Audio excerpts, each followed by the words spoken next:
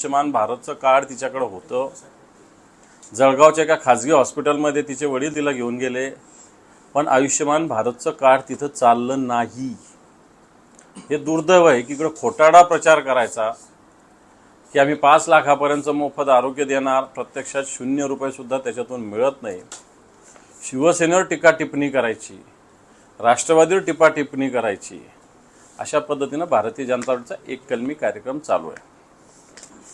पण ज्या अर्थी शिवसेनेवर आणि उद्धवजी ठाकरे साहेबांवर टीका केली जाते, त्या अर्थी जर तुम्ही शिवसेनेला नकली म्हणता, ज्या नकली शिवसेनेचे उंबरठे तुम्ही कित्येक वेळेस झिजवलेले आहेत, ज्या नकली शिवसेनेचं मदत असावी म्हणून सातत्यानं तुम्ही प्रयत्न नव्हे तर याचना केली बऱ्याच वेळेस, आणि आता या शिवसेनेला नकली म्हणत असताना जर असली तुमच्या सोबत आहे तर या असलीचे हाल तुम्ही काय केले? या असलीला 10 जागा सुद्धा अजून दिलेल्या नाही. या असलीचे उमेदवार सुद्धा तुम्ही ठरवता, आणि तुम्हाला शिवसेना अशा पद्धतीनं स्वतःच्या भारतीय जनता पार्टीच्या पाया पडणारी, भारतीय जनता पार्टीची चापलुसी करणारी पाहिजे होती. परंतु या महाराष्ट्रातील एक तमाम जनतेचा आवाज असणारी, महाराष्ट्राच्या प्रत्येकाच्या मनगटामध्ये धमण्यामध्ये रक्त सळसळ करणारी शिवसेना, जी उद्धवजी ठाकरे साहेबांच्या नेतृत्वाखाली काम करते, वाटतं ही तुम्हाला कधीही शरण येणार नाही. स्वाभिमानानं तुमच्याविरुद्ध लढा देईल, आणि नुसतं लढा देणार नाही तर हा लढा जिंकण्याचा संकल्प आम्ही केलेला आहे, आणि निश्चित तो जिंकू, अशा प्रकारची भूमिकासुद्धा सातत्यानं माननीय उद्धवजी ठाकरे साहेब यांनी मांडलेली आहे. काल शाहू महाराजांच्या विषयी शिंदे गटाचे सदाशिव मंडिक जे उमेदवार आहे यांनी जे वक्तव्य केलं, शाहू महाराजांच्या गादीला या महाराष्ट्रामध्ये नव्हे तर देशामध्ये असामान्य महत्त्व आहे. परंतु या शाहू महाराजांच्या गादीचा, थोडक्यात छत्रपतींच्या गादीचा अपमान करण्याचं पापसुद्धा आज या महाराष्ट्रात घडलेलं आहे. मला वाटतं महाराष्ट्राची जनता, ठीक आहे राजकारण आपलं चालत राहील, परंतु प्रत्यक्ष शाहू महाराज, आपण फुले शाहू महाराजांचा हा महाराष्ट्र म्हणतो, आणि त्या शाहू महाराजांची गादी चालवणाऱ्या शाहू महाराजांविषयी अशा पद्धतीनं वक्तव्य या महाराष्ट्राला मला वाटतं सहन होणारं नाही. आपण इतक्या खालच्या स्तरावर अशा पद्धतीनं राजकारण केलं जातं, मुद्द्यावर राजकारण केलं जात नाही, आणि याला जबाबदार भारतीय जनता पार्टी आहे आणि आमच्यातून गेलेले गद्दार आहेत. कालच्या सभेमध्ये देवेंद्र फडणवीस यांनी सुद्धा टीका केली की मवेची गाडी जागेवरून हलतच नाही. काँग्रेस पक्षाची अवस्था घरकाना घाटका झालेली आहे, आणि ही निवडणूक ग्रामपंचायती नाही तर देशाचे पंतप्रधान निवडण्याची आहे, आणि मोदीच देश सुरक्षित ठेवू शकतात, अशी 2-3 वक्तव्य. मला असं वाटतं तुम्हीच लक्षात ठेवलं पाहिजे की ही इलेक्शन ग्रामपंचायतीची नाही, ही इलेक्शन देशाची आहे. म्हणून देश पातळीवर 2014चा तुमचा जाहीरनामा, 2019चा जाहीरनामा हा निश्चित आम्ही तुमच्या समोर आणू. तुमचा अर्थ तुम्हाला दाखवतो आहे, आमच्याकडे तयार आहे. आम्ही तुमच्या आता येणाऱ्या जाहीरनाम्याची सुद्धा वाट बघतोय. आणि म्हणून देश पातळीवर मी देश पातळीवरचेच मुद्दे मागितले ना. हर घर छत देश पातळीवरची योजना होती, हर घर जल देश पातळीवरची योजना होती. आज देशाची अर्थव्यवस्था, देशाचं GDP काय स्थितीत आहे? तुम्ही काळं धन भारतात आणणार होते, त्याचं काय केलेलं आहे तुम्ही? आज देशाच्या अर्थमंत्रींचेच पती काय बोलतात सरकारविषयी, हे तुम्ही बघितलं पाहिजे. आदर्श घोटाळ्याविषयी तुमचं व्हाईट पेपरमध्ये तुम्ही नाव घेता, ते तुमचे नेते झालेले आहेत. 70,000 कोटीचा भ्रष्टाचार अजितदादाचा तुम्ही जाहीर सभेत बोलता पंतप्रधान, ते तुमचे नेते झालेले आहेत. आणि मला असं वाटतं देशाची निवडणूक असताना या मुद्द्यावर चर्चा व्हावी. आज Bharatiya Janata party, ED, CBI, income tax या भारतीय जनता पार्टीच्या ब्रँच झालेल्या आहे. मला वाटतं ED, CBI आणि इन्कम टॅक्सच्या कार्यालयावर येणाऱ्या काळात भारतीय जनता पक्षाची शाखा अशा पद्धतीनं बोर्ड लावावा लागेल असं मला वाटतं. शरद पवारांवरती सुद्धा काल अमित शहाने टीका केली. ते म्हणतात की 10 वर्ष सत्तेत असताना शरद पवारांनी महाराष्ट्रासाठी काय केलं, शरद पवार महाराष्ट्राचा विकास करू शकले नाही असा आरोप. मला वाटतं गुजरातमध्ये आणि महाराष्ट्रात जाऊन बघावं. या महाराष्ट्राचा विकास अतिशय ताकदीनं पुढे गेला आहे, आणि हा विकास होत असताना शरद पवार साहेबांनी या महाराष्ट्राचं जे नेतृत्व केलं, एक दूरगामी नेतृत्व, आणि या दूरगामी नेतृत्वाचेच परिणाम महाराष्ट्रात विकासाच्या दृष्टीनं पुढे जातो याचं दिसतंय. त्यामुळं बाकीचं जर देशातले वेगवेगळे राज्य बघितले आणि महाराष्ट्र बघितलं तर महाराष्ट्र निश्चित विकासाच्या दृष्टीने पुढे जाणारं राज्य आहे. चंद्रकांत पाटलांचं एक वक्तव्य आलं की काही दिवसात बारामतीवरती बेटिंग लागेल.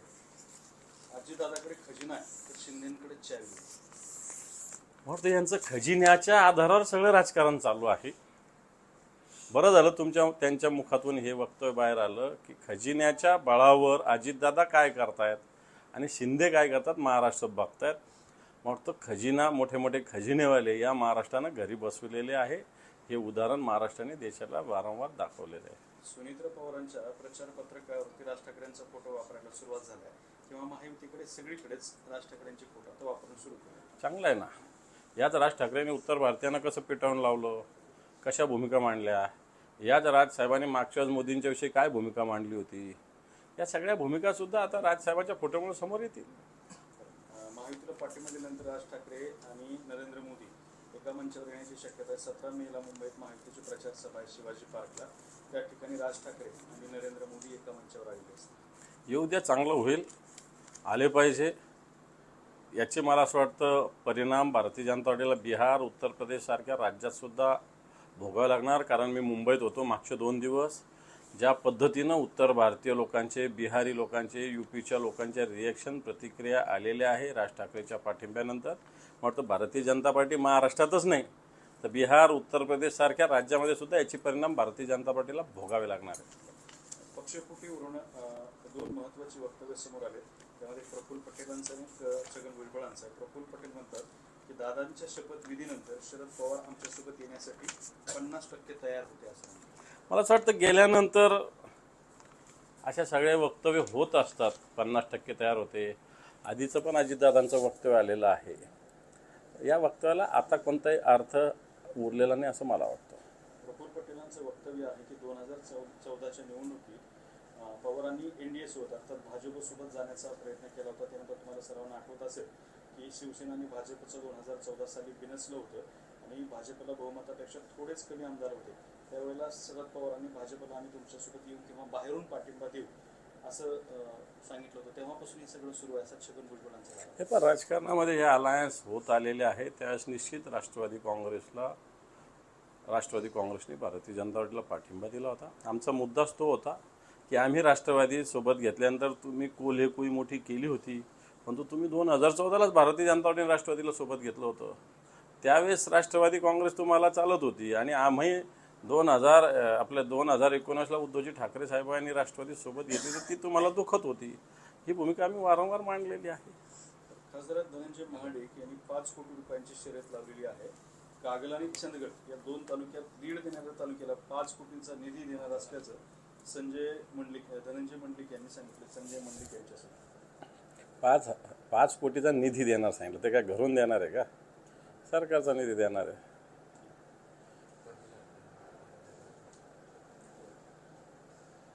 नितेश राणेंनी इशारा दिलाय की नारायण राणेंना मत नाही तर निधी नाही. ही धमकी, अशा धमकी लोक घाबरत नसतात. नारायण राणेंना ऑलरेडी जनतेनं विधानसभेलाच तिथं पाडलेलं आहे. मुंबईमध्ये सुद्धा गेले, तिथं सुद्धा पाडलेलं आहे. आणि मला वाटतं इजा तिजा होत असताना तिसऱ्यांदा पुन्हा या लोकसभेला सुद्धा भारतीय जनता पार्टीला विशेषतः नारायण राणेंचा पराभव तिथली जनता करेल. अमोल कीर्तीकरांची ईडी मार्फत चौकशी सुरू आहे.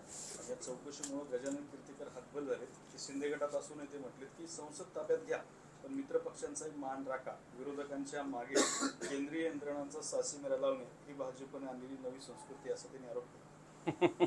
घरचाच आहे रे हा त्यांना मिळालेला. पण अमोल कीर्तीकर ईडीला सामोरं जातात.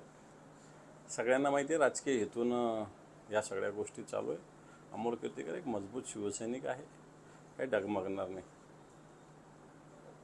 चंद्रकांत खैरे पहिल्यांदाच म्हणजे शिवसेना खरं तर गेल्या 30 वर्षामध्ये पहिल्यांदाच ईदगाह मैदानावरती पाहायला मिळाली. काय कारण आहे? कधी यापूर्वी तुम्ही शुभेच्छा दिल्या नाहीत इच्छा, मात्र काल मात्र आपले नेते ईदगाह मैदानावरती पाहिले. ईदगाहवर नाही, पहिल्यांदा गेले असतील. खैरे साहेब असेल, आम्ही सगळे असू.